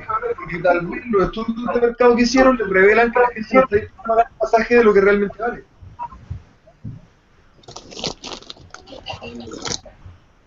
No sé, no conozco ningún estudio, si no puedo dar opinión respecto al tema, no lo desconozco. Más que cualquier estudio, te digo, desde el punto de vista económico, si es que ahí hay un negocio rentable, hay un imbécil que no lo está haciendo. ¿Cachai? El tema, mira, el problema de los territorios mapuche y de su población en general es que hay un tema de falta de oportunidad, de falta de inversión, y mucha de esa falta de inversión es a causa de estos grupos violentistas que la espantan, por así decirlo. También. Ahora, Yo poner y contratar gente así y me vaya a quemar mis camiones, eso está difícil que yo lo haga. Claro, si estamos bien, pero tú puedes fomentar, Yo no tengo un problema de violencia hasta donde yo sé, hay problemas de violencia en Alto Biobío. Claro, pero tú estratégicamente puedes fomentar la inversión en esa localidad de tal forma de que después puedas ofrecerle servicios básicos, no pagados por el Estado, pero no pagados por el Estado. O sea, tiene un potencial turístico reducir. ¿A quién le estamos pidiendo que ponga una empresa de buses? ¿A quién le estamos pidiendo que ponga? No, pero mira, me estoy refiriendo incentivo a la inversión, rebajas tributarias, trabas burocráticas, a eso me refiero. O sea, eso yo lo haría en todo el país. Sí, está pero bien. me estoy refiriendo, en este momento, con las condiciones actuales, ¿a quién le estamos pidiendo que ponga inversión y servicio y buses y etcétera? ¿Y por qué? Estamos de acuerdo con eso lo que dices tú, Sebastián, ¿cachai? Pero estamos en Chile y tú no vas a poder lograr que te bajen todos los impuestos y que te eliminen todas las trabas burocráticas. Por eso tenemos que ser un poquito más pragmáticos. Y si tenemos problemas en la Araucanía, fomentemos la inversión en la Araucanía. Pues. Entonces después, por añadidura, en virtud de la experiencia, de las buenas experiencias que vamos a tener a través de eso, se van a poder implementar en el resto del país, ¿cachai? Porque tú no puedes pretender, ¿cachai? Que en todo Chile de un paraguaso te eximan de impuestos y eliminen las trabas burocráticas. Mira, y pasa mucho que en cosas tan como que pueden parecer como mínimas, minúsculas, uno de los grandes problemas que hay en el fondo de las comunidades indígenas es que muchas de las decisiones, muchas de las opiniones las toma gente que no tiene ni la más mínima idea de cuáles son sus realidades. Te voy a poner un ejemplo, y generalmente de Santiago, y mucho opinólogo, ¿cachai? Pero muy poca gente conoce la realidad. Mira, este es un caso súper sencillo, puede parecer una tontera, pero tiene un impacto súper grande. Por ejemplo, en Santiago los grupos animalistas, no es que están todos estos mascotistas, toda esta gente que sigue una moda en el fondo, estuvo en contra de una propuesta que tuvo el SAC para poder hacer caza a los perros asilvestrados. ¿Ya? En Santiago se hicieron marchas de grupos animalistas, mentalistas, en contra de esto, que cómo van a matar a los perros, siendo que totalmente desinformado, porque no era para matar perros vagos, era para cazar los perros asilvestrados y los perros ferales en el fondo. ¿Y por qué motivo? Porque atacan al ganado de las personas, ¿ya? Y a la fauna nativa también. ¿Qué significa esto? Mucha gente dice, ¿cómo? A la fauna nativa también la atacan. Claro, animales nativos también. Pero vamos a leer. Yo no voy a ganar muchos enemigos ahora con lo que voy a decir, pero yo creo que, a ver, los perros son unos animales carnívoros.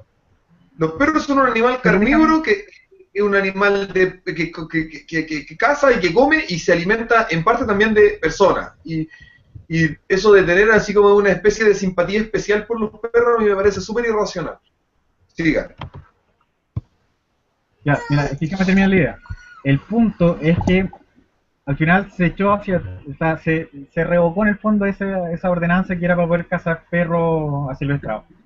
Pero el tema es que el grupo animalistas santiaguinos, totalmente desinformados de la realidad, apelaban de que en el fondo detrás de esto estaban los grandes ganaderos. En el fondo, porque los perros le cazaban las ovejas, las vacas y todo eso. Entonces, yo te hablo de la realidad del Alto Biobío. Las familias, como el Alto Biobío es una zona montañosa, no hay zonas de cultivo, o son muy pocas. La mayoría de la gente de que vive tiene 3 cabras, 8 cabras, 2 vacas, ¿cachai? Y viven de esos animales. Para un estanciero patagónico que tiene una manada de perros asilvestrados le mata 20 ovejas, es un dolor de cabeza, ¿cachai? Pero para una familia del Alto Biobío que tiene 10 ovejas, que esos perros le maten sus 10 ovejas, es una catástrofe, o sea, no se comen el mes, ¿entendés? Claro. Entonces a ese punto voy al punto que ¿por qué se produzcan todas? ¿Por qué, según mi punto de vista, no quiero pasar allá a nadie, en el fondo quiero dar mi opinión nomás, ¿por qué se producen mucho resentimiento, muchos grupos en el fondo que son anarquistas, producto de la desigualdad y producto de que las decisiones y las opiniones le da gente que no está enterada de la realidad que ellos viven? ¿Entiendes? O sea, el centralismo. Exacto. Yo no creo que sea tanto el tema de la desigualdad, lo que tú planteaste fue una diferencia en cuanto a las servicios de localidades extremas, ¿cachai? Christopher, te doy un favor. Cuando tú vayas a hablar, apaga el micrófono. Y cuando vayas a hablar, lo prendes para que así no se repita la voz. Ok. Vale. Como que se acopla. Yo me acuerdo del problema de Hidroicén. Cuando estábamos con la situación de Hidroicén, la mayor parte, o sea, una buena parte de la población de Aysén estaba a favor de Hidroicén, pero sin embargo casi todo Santiago estaba en contra. Entonces, hay un tema, y claro, y ahora tiene un problema tremendo de desempleo por allá, entre otras cosas, y los santiguinos, bueno, seguimos teniendo un bonito lugar para ir de vacaciones. Sí, yo no sé por qué las decisiones se toman a nivel central. Esa es la cuestión que a mí no me cabe en la cabeza. ¿Por qué Santiago tiene que tomar decisiones respecto a asuntos que son netamente pertinentes a Concepción? O lo mismo que dice Christopher. Entonces, un problema fundamental de este país que nos tiene así el centralismo. O sea, a mí me gusta mucho el sistema tejano donde las ciudades tienen una enorme cantidad de decisión sobre sí mismas y tienen estas asambleas. Los pueblos chicos tienen una asamblea casi anarquistas donde deciden mucho. Y eso es bastante más práctico que tener un sistema tan centralizado. Hiciste feliz. Quiero saber si a Christopher le parece, Christopher está de acuerdo conmigo, con que si hubiera menos impuestos, menos regulación y una mayor independencia política en el Alto Biobío, los problemas se solucionarían en el corto plazo. Yo opino que sí. En el fondo, pero no solamente en el Alto Biobío, en muchos lugares, entonces el centralismo es nefasto. Sí. El centralismo, el exceso de burocracia, los impuestos excesivos. Voy a hacer una última ronda de comentarios al respecto del tema original y central, partiendo por Tomás. ¿Cuál es la pregunta inicial? No, el problema inicial es el conflicto mapuche y la apropiación original. ¿Cómo hacemos que algo sea nuestro cuando no era de nadie y por qué? ¿Con qué argumentación moral y de justicia decimos esto es mío? Y lo otro es cuál es tu análisis del conflicto mapuche y cómo lo solucionamos. A grandes rasgos, unas palabras de cierre.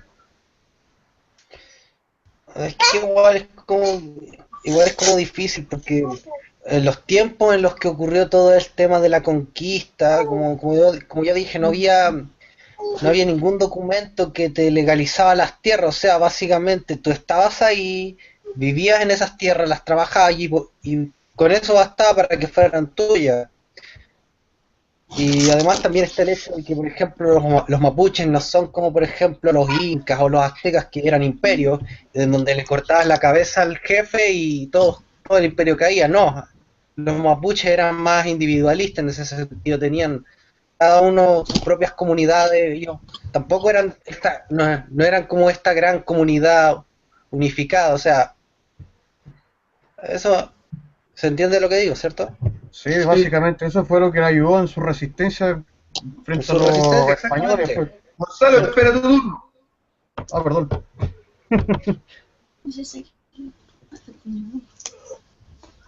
Eso nomás, Matías, eso Tomás. Necesito alcance final del tema. ¿Tomás? Que tampoco, es que no. Es que el tema igual es complicado. No, si el tema es complicado, no lo vamos a solucionar con un programa de YouTube, pero es interesante discutir el tema y dar a conocer las opiniones. Por supuesto, no estoy de acuerdo con las cosas, con los métodos que se utilizaron para poder quitarle las tierras a los mapuches, por ejemplo, este tema de la pacificación, entre comillas, de la Araucanía, o sea, no, eso fue cualquier cosa menos pacificación. Esto Vale. me Nelson. ¿Qué? Nelson, Ah. Dime. opiniones finales del tema. Puta, no alcancé a agarrar mucho, weón.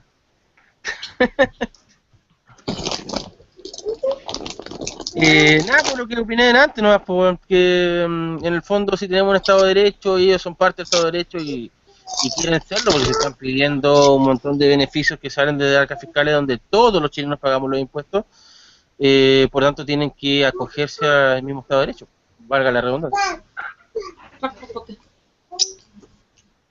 Eso. Gonzalo. Mira, yo principalmente creo que el problema mapuche no se arregla entregando tierras, menos a comunidades. Ahora, si existen casos en los cuales se hizo una apropiación indebida de territorio, de terrenos que eran de familias de alguna familia mapuche en específico, yo creo que por justicia debería ser devuelta. Ahora, el problema de fondo no creo que sea el tema de la devolución de tierras, sino que es la falta de oportunidades, y falta de oportunidades que en el fondo es por el tema de falta de inversión, ¿cachai? Y la inversión se ahuyenta por la violencia. Y para poder Vale, invertir ahora bien, necesita incentivos, que no lo hay. Emilio. Bueno, entonces mi alcance final sobre el tema diría que si bien hubo violencia de las dos partes para establecer su derecho de propiedad, hoy día tenemos que buscar una salida negociada al conflicto y, como dicen ustedes, darle oportunidades a la gente, darle que estén en condiciones como para desarrollarse de una forma que no les haga recurrir a la violencia o pedir ayuda de grupos armados. Por ejemplo, en el caso del Alto Biobío, creo que eso sería una buena medida que haya una empresa más de buses, que haya una integración más, y porque en la medida que tú tienes integración también tienes en dónde afirmar tu independencia. Así que eso, yo creo que las relaciones entre los mapuches y los no mapuches deberían cambiar para bien y hacia un mayor entendimiento y hacia un respeto de los derechos individuales de cada uno. Si alguien más tiene algo que decir. Viene. Se me desaparece el nombre del que sigue. Cristian. ¿Alguna opinión, Cristian, final? ¿Se escucha? Sí. Ya. Mira, Cristian yo no no opinó puedo- en el programa. Ojo, Cristian no opinó en el programa. Ahora viene la bomba cristiana a dejarla cagar al final, ¿no? no pude alcanzar todas las ideas durante el programa porque tuve que salir un momento. Pero mira, yo creo que la solución del conflicto mapuche parte por el tema de la educación. Mira, yo soy estudiante de pedagogía y siento que la educación en sí es como el principio de todo. Yo he tenido muchos debates, muchas discusiones con amigos y nos damos cuenta que al final todo vuelve a la educación. Porque mira, yo tengo un relato de un amigo que es sociólogo que estuvo trabajando con comunidades mapuche. ¿Qué pasaba? Hubo una vez, no recuerdo exactamente en qué comunidad para no mentir, que se intentó urbanizar. Se intentaron llevar media agua, materiales de construcción, Pero lo que hacía esta gente era, tomaba las mediaguas, las desarmaba y las usaba como combustible, como leña, como fuese. Entonces, esa gente no tenía una cultura, o sea, ellos, claro, tienen su cultura propia, pero no tienen como una educación cívica, por así decirlo, para ir avanzando o incluyéndose a la cultura, por así decirlo, occidental, como la que tenemos nosotros, el chileno promedio. Está bien, hay que respetar que ellos en cierta forma prefieren vivir así, pero como les digo, si esta gente no tiene educación, si tú no educas a un niño desde chico a aprender a, no sé, por ejemplo, a cuidar, a tener el respeto también por la propiedad privada, estos niños son criados en las comunidades, se les inserta el odio por la gente que no vive como ellos, que no comparte sus opiniones. Entonces, claro, si tú intentas hacer un programa de urbanización, llevar energía eléctrica, llevar agua potable en un sistema como el que tenemos nosotros, ¿qué va a pasar? Te lo van a robar, te lo van a romper, con el tema de la inseguridad social que hay para allá. Entonces, yo creo que todo esto, como te digo, parte de la educación. No digo que esto vaya a ser un problema fácil de solucionar, pero esa es la parte en la que tú debes partir para luego seguir creando.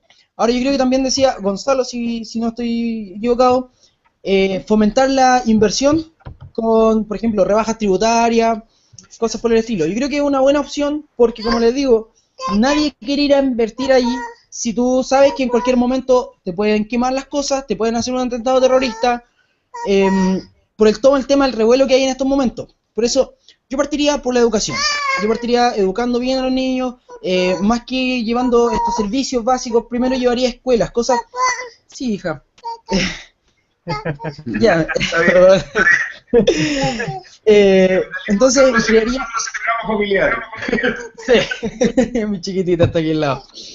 Entonces yo partiría por eso. Luego, cuando ya tiene una civilización un poco más culturizada o apegada a nuestra cultura, en donde se puede llevar las cosas que el chileno promedio tiene, sin problemas de inseguridad, de que te pueda pasar lo que ya había mencionado, sí se puede seguir invirtiendo. Ahora, el tema de las tierras también es un tema que yo pienso que, claro, no se debería entregar a una comunidad revolucionaria, por así decirla, o guerrera, o qué sé yo. Yo pienso que ahí debería haber algún representante o, no sé, alguien elegido hoy dentro de la comunidad que realmente tenga conocimiento.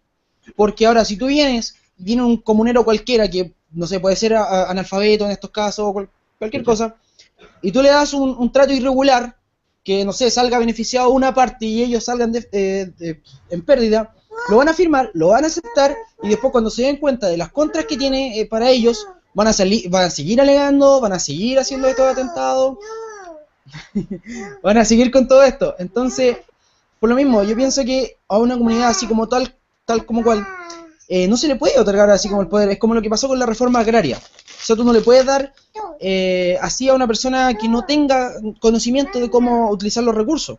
Necesitamos personas capacitadas, personas formadas para eso.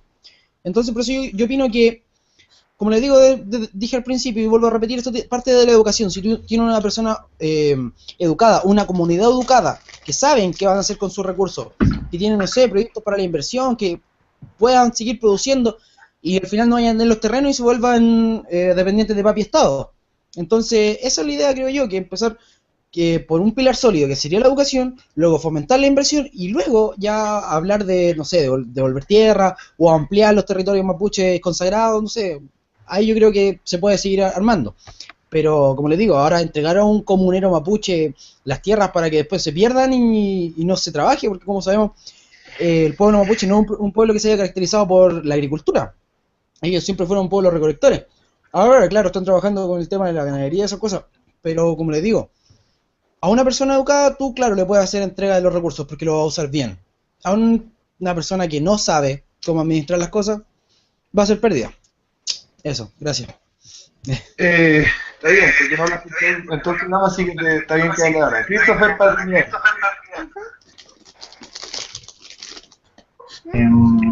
Me voy a poner medio bachelet para mi discurso. No, es cortito. Para mí lo más importante es la equidad y la integración. Para mí esas son, aunque suene cliché, es como por ahí que partir en el fondo. Mira, si solucionamos eso, se van a solucionar los grandes problemas en el fondo, el tema del conflicto mapuche. Eso. ¿Y por qué digo equidad? Lo vuelvo a repetir, lo mismo que repetí todo el rato, como loro. acceso a las cosas básicas que tiene un centellino. O sea, por eso, equitativamente, no igualitariamente, ¿ya? Y integración, porque en el fondo o sea, eso, integración. Es que da para largo, pues, entonces no quiero latearlo, eso. No, sí está. Ya. Como host de este programa y como soy el que lo organiza, tengo derecho a la última palabra. Quiero decir que, bueno, primero, me parece que si bien es cierto lo que decía Cristian, hay un problema de educación importante. ¿Quién va a educar? ¿Quién lo va a hacer? No vamos a ponernos a obligarnos a educar a la gente. Hay un problema grande ahí, pero no porque una persona no esté educada correctamente vamos a aceptar la violencia como medio para tratar con los demás. Por otro lado, acepto el hecho de que claramente falta inversión y que claramente falta empresa, falta capitalismo, falta mucho capitalismo en la región y en las comunidades mapuche. Creo que claramente tiene que ver con, como decía Gonzalo, de impuestos, burocracia, mucha regulación, que se podría disminuir y que se podría ayudar a esa gente. Si me dicen, oye, bajemos los impuestos solamente en la Araucanía para ayudar a la gente de la Araucanía, dale, no tengo ningún problema, pero yo lo bajaría en todo Chile. Si me dicen, oye, eliminemos ciertas regulaciones en la Araucanía para ayudar a la gente de la Araucanía, dale, pero yo las eliminaría en todo Chile. Ahora, creo que este es un conflicto creado por la violencia del Estado, partiendo por la violencia del Estado inca, siguiendo por la violencia de la monarquía española y terminando con la violencia del Estado chileno, y que repercute con la violencia de los mapuches. No creo que los mapuches se hayan despertado un día diciendo vamos a ser violentos por la vida. Sí tenían unos conflictos internos y tenían varias guerras entre sus tribus, pero creo que la ocupación española comienza un proceso histórico de violencia muy, muy profundo que nos toca a nosotros terminar. Yo creo que nos toca terminarlo en esta generación o en la que viene, y es la idea. Y para terminarlo tenemos que ser duros con el problema en sí, que es la violencia, con aquel que es violento, ¿no es cierto? Las fronteras de los países no van a cambiar, los reclamos de soberanía son absurdos, pero lo que sí se puede hacer, y lo que sí para mí me parece fundamental, es que a nivel jurídico se integren. Y integrarlos a nivel jurídico significa, por ejemplo, que cuando se les devuelve tierras a uno que era propietario, se les devuelve porque es justo, porque eran suyas, no porque estaba tirando piedras, y se les devuelve con todos los derechos que eso incluye, y que si la vende la perdió, ¿no es cierto? Y que la mejor forma de aprender es vivir, y que si bien el amigo pedagogo acá nos dice que falta educación, y lo cual es cierto, falta mucha educación en Chile, un país donde todo el mundo cree que la AFP les roba plata cuando le devuelve el triple, entonces es un país donde la gente no sabe matemáticas básicas. Falta educación en general, pero en el tema de la mujer, sobre todo porque son de otra cultura. Pero yo no los obligaría a educarse, no me parece justo obligarlos a educarse, no me parece justo obligar a otros a educarlos, no me parece justo obligar a otros a pagar para que los mapuches se eduquen, pero sí me parece fundamental que la violencia venga de donde venga, sea castigada con tal ímpetu y con tal fuerza de ley que terminemos con la violencia venga de donde venga de una vez por todas, porque eso es lo primero. Si no se termina la violencia, no vamos a poder terminar el problema. Esto ha sido Capitalismo Revolucionario, día domingo. Nos entretuvimos con varios cabros acá sobre el tema de los mapuches, hablamos sobre el Alto Biobío, hablamos sobre el conflicto palestino-israelí, queda pendiente para un programa entero sobre ese tema, pero dentro de la semana hacer 2 programas con personas más específicas, uno que diga relación sobre el tema del individualismo en el rock and roll y la influencia del rock en la caída de la Unión Soviética, otro sobre la filosofía objetivista y sobre todo en sus raíces más epistemológicas y metafísicas, y sobre cómo uno puede conocer la realidad en concreto y si acaso es posible conocer la realidad tal y como es. Pero el próximo domingo tenemos el capítulo sobre el dólar, así que únanse porque tiene que ver con cuánto le queda al dólar en el mundo y si es viable el dólar para siempre y hasta cuándo más y si todo lo relativo al que para mí es el inminente colapso del dólar. Buenas tardes y que tengan una excelente noche.